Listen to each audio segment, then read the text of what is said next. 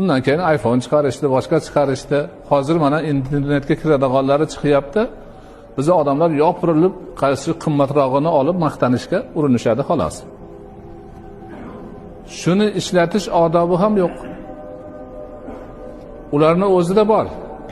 Ular o'zlari o'sha chiqargan narsasini, ko'rsatmasini, foydalanish uslublarini yozib qo'ygan, o'qishadi, shunga amal qilishadi. Lekin bizda unaqa narsalar yo'q.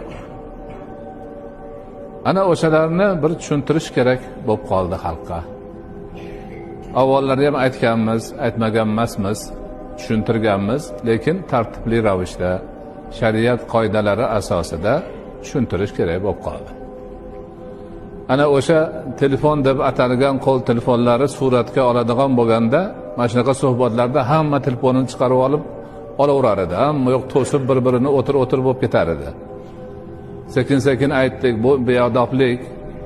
Birovning suratini olmoqchi bo'lsalaringiz, o'sha odam o'zi rozi bo'lsa olishinglar kerak.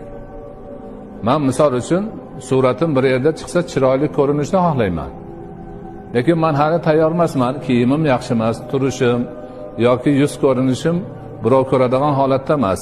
Sizlar uni olib boshqaga ko'rsatsanglar, meni bir yomon ko'rsatasizlar. Meni behurmat qilasizlar.